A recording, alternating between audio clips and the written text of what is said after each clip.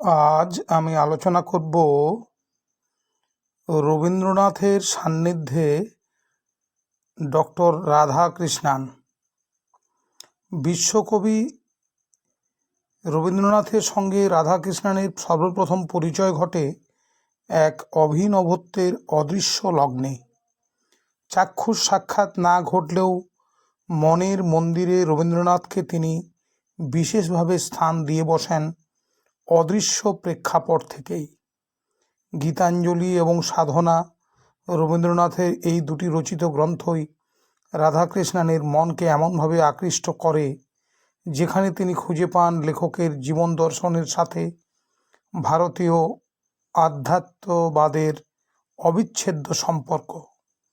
তারপর থেকেই রাধাকৃষ্ণান সৃষ্টি করেন দুটি প্রবন্ধ। সেই প্রবন্ধ পাঠে উচ্ছ্বসিত রবীন্দ্রনাথ কৃতজ্ঞতায় চিঠি লেখেন রাধাকৃষ্ণানকে। পরিচয়ের সেই শুরু দুজনের মধ্যে। অদৃশ্যের থেকে দুই মনীষীর আলাপন এবং পরিচয়ের বন্ধন ক্রমশ দৃঢ় থেকে দৃঢ়তর হতে শুরু করে। এরপর পরস্পরের সাক্ষাৎ মিলন ঘটে রবীন্দ্রনাথের মহীশূরে যাবার পর। সেখানে কবির সান্নিধ্যে এসে তার স্নেহ, ভালোবাসা এবং বন্ধুত্ব লাভে রাধাকৃষ্ণান ধন্য হন। এরপর ঘটনাচক্রে 1921 থেকে 22 খ্রিস্টাব্দে স্যার আশুতোষ মুখোপাধ্যায়ের ব্যক্তিগত আমন্ত্রণে রাধাকৃষ্ণানের কলকাতা বিশ্ববিদ্যালয়ে দর্শন বিভাগে সর্বোচ্চ পদে যোগদানের পর তাদের আবার সাক্ষাৎ ঘটে 1925 খ্রিস্টাব্দে। রাধাকৃষ্ণানের প্রতিষ্ঠিত ভারতীয় দর্শন কংগ্রেস এর সাধারণ সভার অধিবেশনে বিশ্বকবিকে সভাপতি করার মানসে রাধাকৃষ্ণান বিশেষভাবে অনুরোধ করেন, কিন্তু স্বভাবসুলভ নম্রতা হেতু বিনয়পূর্ণ চিত্তে রবীন্দ্রনাথ সেই অধিবেশনে সভাপতি হতে রাজি হননি। তিনি বলেছিলেন, আমি কবি,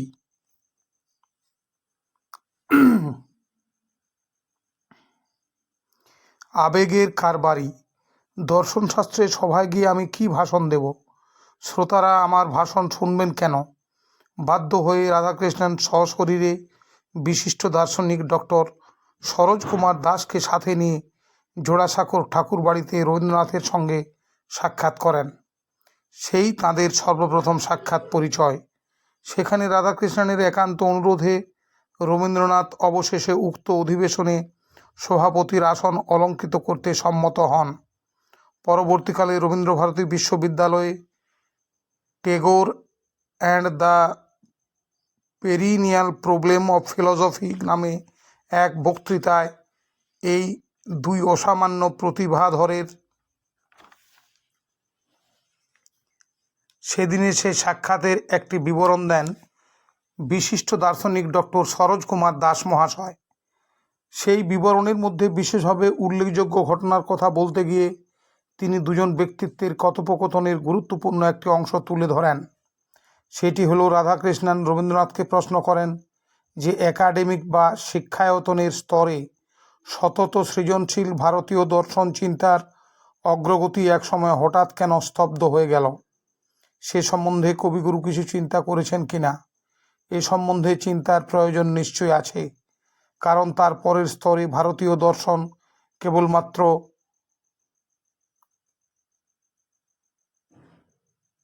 ভাষ্য ও ব্যাখ্যার মধ্যে সীমাবদ্ধ হয়ে রইল।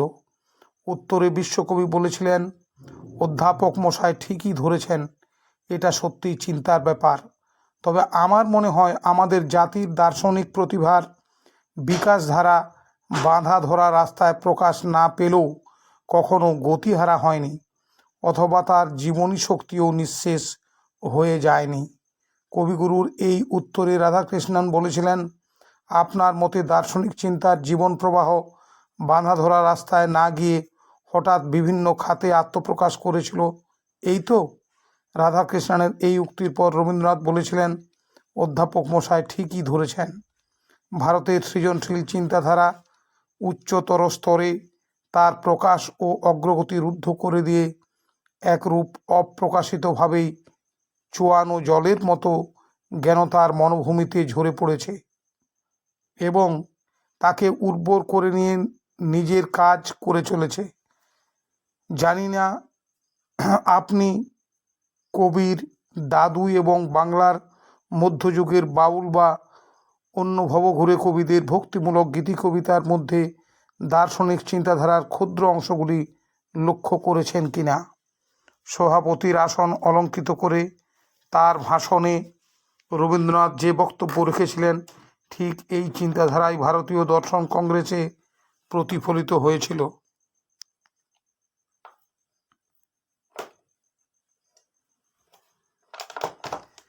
আমাদের জাতীয় জনতার দার্শনিক চিন্তাধারা বা ফিলোসফি অফ আওয়ার পিপল ছিল রবীন্দ্রনাথের ভাষণের উদ্দিষ্ট নামকরণ। রবীন্দ্রনাথের দার্শনিকতা কতটা গভীর ছিল তা তাঁর এই ভাষণের মাধ্যমেই জানা যায়। তিনিও রাধাকৃষ্ণনের মতো বিশ্বাস করতেন, দর্শনকে ব্যক্তিগত গণ্ডির মধ্যে কুক্ষিগত না রেখে সমগ্র সাধারণ মানুষের দৈনন্দিন জীবনযাত্রার সঙ্গে দর্শনের একান্ত যোগ থাকা কাম্য। তা না হলে দর্শন মানুষের আনুকূল্যে কোনোদিনই কাজে আসবে না। শুধু তাই নয়, আন্তর্জাতিক দর্শন চিন্তার বিষয়টিকেও তিনি প্রাধান্য দেন। তিনিও রাধাকৃষ্ণনের মতো বিশ্বাস করতেন, দর্শন শাস্ত্রকে শুধুমাত্র কোনো একটি দেশের মধ্যে সীমাবদ্ধ রাখা যায় না। এর ব্যাপ্তি সমগ্র পৃথিবীব্যাপী। চাঁদ, সূর্য, আকাশ যেমন পৃথিবীর সমস্ত দেশে বিরাজ করছে, ঠিক তেমনি পৃথিবীর সমস্ত দেশেই দর্শনের আধিপত্য।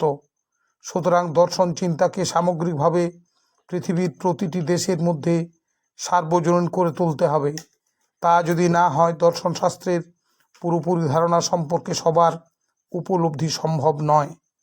বিভিন্ন সময়ে রাধাকৃষ্ণন এবং রবীন্দ্রনাথের মধ্যে দর্শন নিয়ে আলোচনা হয়েছে।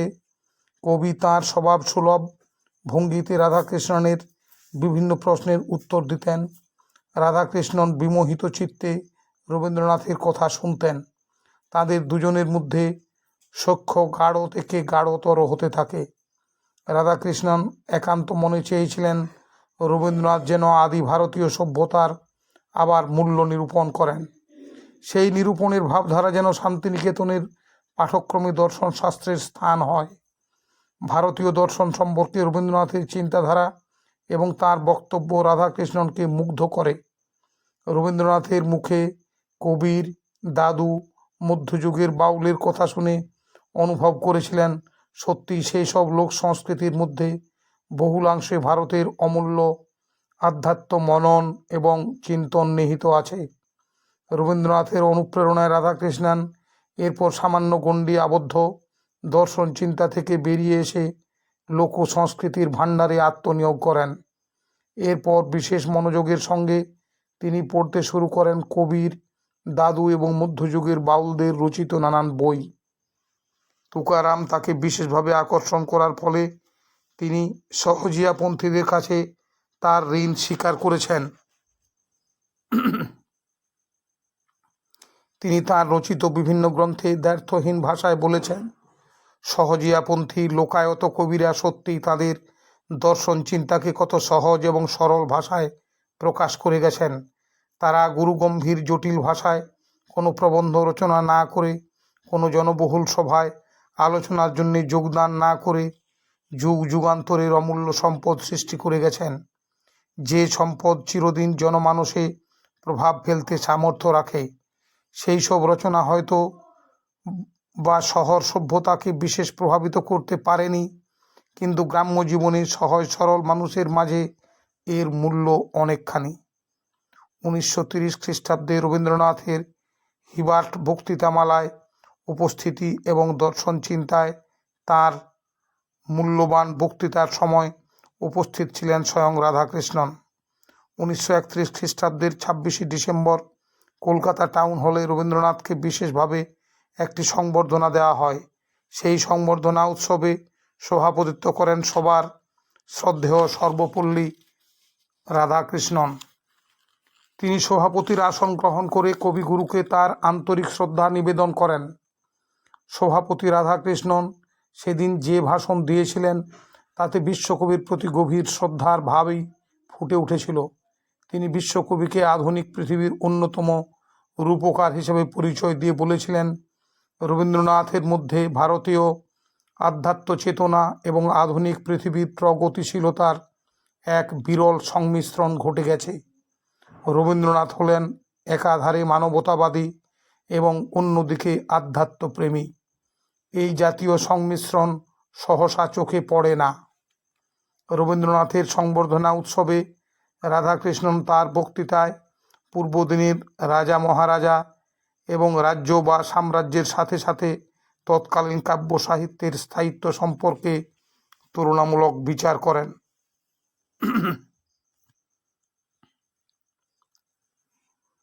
তখনকার রাজা মহারাজাদের মধ্যেও যে সাংস্কৃতিক চিন্তাধারা ছিল সেই বিষয়ে বিশদভাবে আলোচনা করেন তিনি। বিভিন্ন দেশ যেমন গ্রিস, রোম প্রভৃতি দেশে পূর্বেও সাংস্কৃতিক আন্দোলনের সূচনা হয়েছিল। সেখানে রাজা মহারাজা বা শাসক শ্রেণীও প্রত্যক্ষ এবং পরোক্ষভাবে সহযোগিতার হাত বাড়িয়ে দিয়েছিলেন। তিনি প্রাসঙ্গিকভাবে উজ্জয়িনী শহরের সৌন্দর্যের বর্ণনা এবং মধ্যযুগের রাজাদের জীবন কাহিনী বর্ণনা করেন। রাধাকৃষ্ণন বলেছিলেন, রাজা মহারাজা থেকে শুরু করে উজ্জয়িনীর মতো সুন্দর শহরের সৌন্দর্যের বর্ণনা আজ বিস্মৃতির অতলে তলিয়ে গেছে।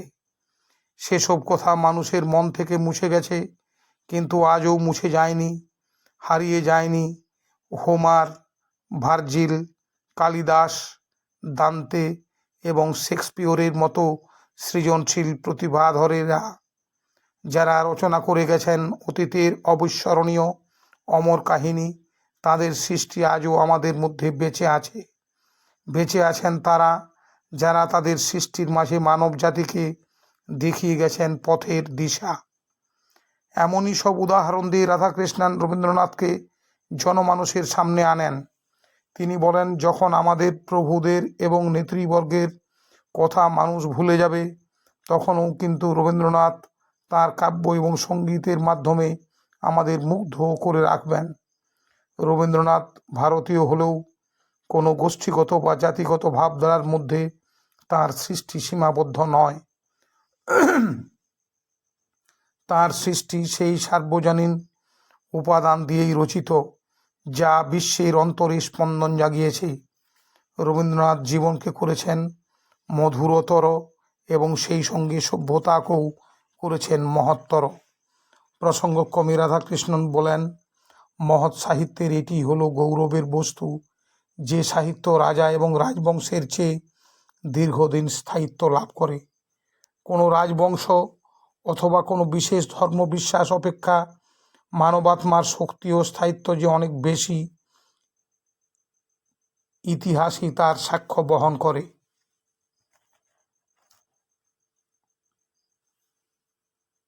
রাধাকৃষ্ণন তার বক্তৃতা শেষে রবীন্দ্রনাথের সৃষ্টিসমূহের মধ্যে বিশেষভাবে তিনটি বৈশিষ্ট্যের কথা উল্লেখ করেন, যেমন আন্তরিক সততা এবং সাধনার মাধ্যমেই চূড়ান্ত আধ্যাত্মিক মান অর্জন করা প্রয়োজন।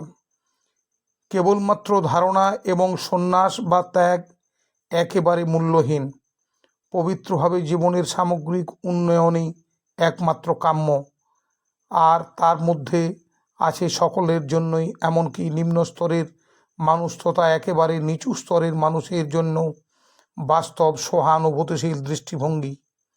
রবীন্দ্র সাহিত্য পাঠে শুধুমাত্র আমরা আনন্দ পাই না, পাই আত্মার সার্বিক জাগরণের অপরিমেয় খোরাক।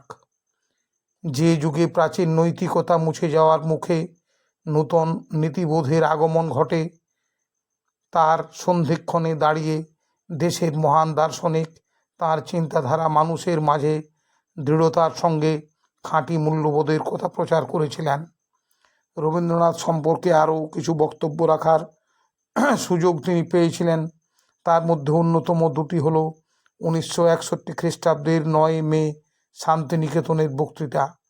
বিষয় ছিল শিক্ষা সম্পর্কে রবীন্দ্রনাথ, এবং একই সালের মধ্যে মাত্র একদিন পর অর্থাৎ 1961 খ্রিস্টাব্দের 10ই মে হায়দ্রাবাদে রবীন্দ্রভারতী নামে জাতীয় থিয়েটারের উদ্বোধনে। বিষয় ছিল রবীন্দ্রনাথ ঠাকুর। সর্বত্রই রাধাকৃষ্ণনের বক্তৃতার মধ্যে আলোচিত হয়েছে রবীন্দ্রনাথের সাহিত্য সাধনার বিষয়ে। তিনি রবীন্দ্র রচনার মধ্যে আধ্যাত্মিকতার সঙ্গে চিরন্তনতার এক যোগসূত্র খুঁজে পেয়েছিলেন। রাধাকৃষ্ণন তার সুদূর প্রসারী দৃষ্টিতে দেখতে পেয়েছিলেন রবীন্দ্র রচনার অক্ষয় অমরত্ব। তিনি বুঝেছিলেন বৈভবের আতিশয্যে যারা অহংকারে ডুবে আছে তাদের অর্থ বৈভব, আর আভিজাত্যের অহংকার অচিরেই তাসের ঘরের মতো ভেঙে চুরমার হয়ে যাবে। বৈভবশালীদের আমরা অবশ্যই ভুলে যাব, কিন্তু কোনোদিন আমরা ভুলব না রবীন্দ্রনাথকে।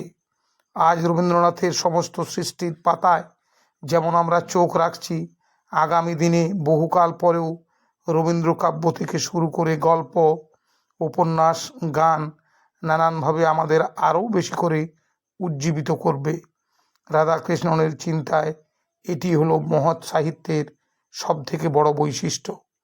1933 খ্রিস্টাব্দে রাধাকৃষ্ণন অন্ধ্র বিশ্ববিদ্যালয়ে উপাধ্যক্ষ হিসাবে যখন আসীন ছিলেন, তখন সেখানে তিনি রবীন্দ্রনাথকে তার নিজস্ব ভাবধারায় সাহিত্য এবং দর্শন বিষয়ে বেশ কয়েকটি সভায় বক্তব্য রাখার জন্য অনুরোধ করেন।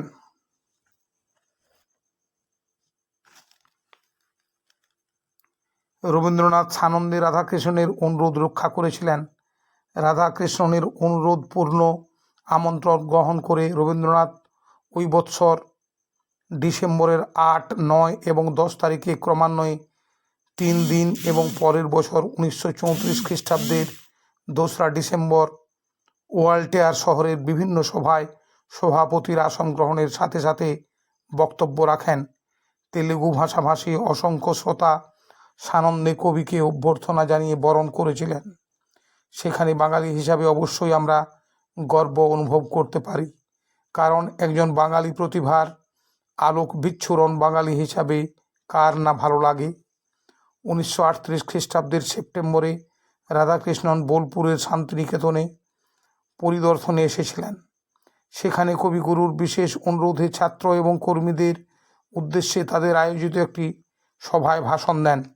সেই ভাষণের মূল বক্তব্য ছিল আধুনিক শিক্ষাতত্ত্বের প্রয়োজনীয়তার উপর গুরুত্ব দেওয়া, শিক্ষা চেতনার সাথে আধ্যাত্মিক চেতনার সংযোগ ঘটিয়ে কিভাবে তাকে প্রতিটি জনমানসে ছড়িয়ে দেওয়া যায় সে বিষয়ে চিন্তাভাবনার উপর তিনি তার বক্তব্যে বিশেষভাবে জোর দেন। তার সেই বক্তব্যের মধ্যে কোনো জটিল ভাষাতত্ত্বের আড়ম্বরতা ছিল না। উপস্থিত সমস্ত শ্রোতা সাগ্রহে হাততালি সহকারে শুনেছিলেন রাধাকৃষ্ণনের মূল্যবান বক্তব্য। দেশ বিদেশের ছাত্রছাত্রীর উপস্থিত ছিল বিশ্বের অন্যতম বিশ্ববিদ্যালয় শান্তিনিকেতনে।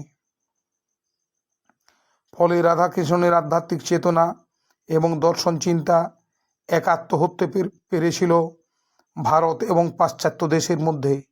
এমন সুন্দর সম্পর্ক স্থাপনের ক্ষেত্রে রাধাকৃষ্ণনের ভূমিকা অবিস্মরণীয়। রাধাকৃষ্ণনের সেই মূল্যবান ভাষণ সম্পর্কে রবীন্দ্রনাথ বলেছিলেন, আমাদের ছাত্রছাত্রীরা আপনার ব্যক্তিগত সংস্পর্শে আসতে পেরেছে এবং আপনার মৌলিক চিন্তাধারা ও ভগবত দত্ত বিস্ময়কর বাগ্মিতা উপভোগ করার সুযোগ লাভ করেছে। তার জন্য আমি বিশেষ খুশি হয়েছি। আপনার এই অতি উচ্চাঙ্গের প্রদীপ্ত ভাষণের স্মৃতি একান্ত মামুলি প্রশংসার বস্তু নয় এবং সে চেষ্টা করব না।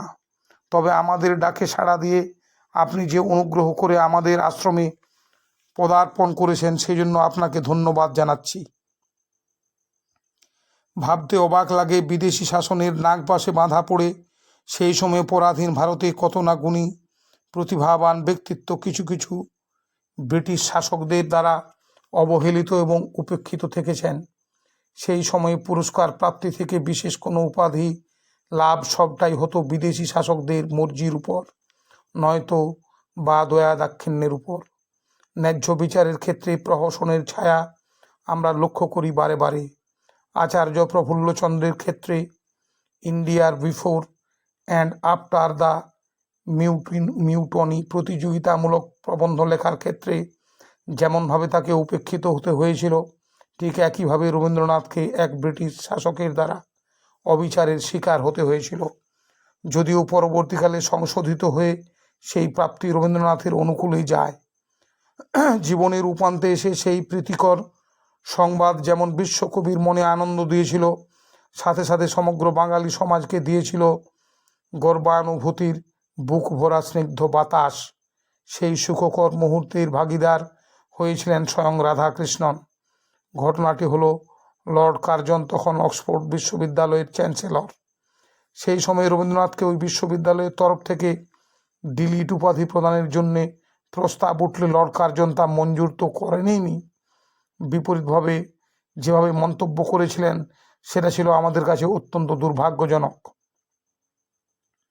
লর্ড কার্জন বলেছিলেন, রবীন্দ্রনাথের চেয়ে অনেক উপযুক্ত ব্যক্তি ভারতে আছেন যারা ডিলিট উপাধি পাবার যোগ্য। পরে অবশ্য লর্ড হ্যানিফ্যান্স চ্যান্সেলর হবার পর একই প্রস্তাব পুনরায় উত্থাপিত হলে লর্ড হ্যানিফ্যান্স তাতে সম্মতি দেন।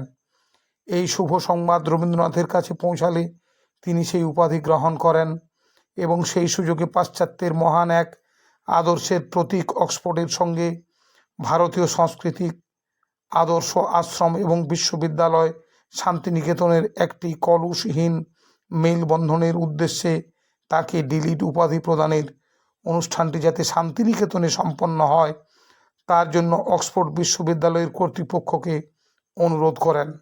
কর্তৃপক্ষ সাগ্রহে সেই অনুরোধ রাখেন। ঘটনাচক্রে সেই অনুরোধ রক্ষার জন্য প্রধান বিচারপতি স্যার মরিস গোয়ার এবং ডক্টর রাধাকৃষ্ণনকে অক্সফোর্ড বিশ্ববিদ্যালয়ের প্রতিনিধি মনোনীত করেন। সেদিন রাধাকৃষ্ণনের মনে যে কতখানি আনন্দ সঞ্চারিত হয়েছিল সেটা বলা বাহুল্য মাত্র।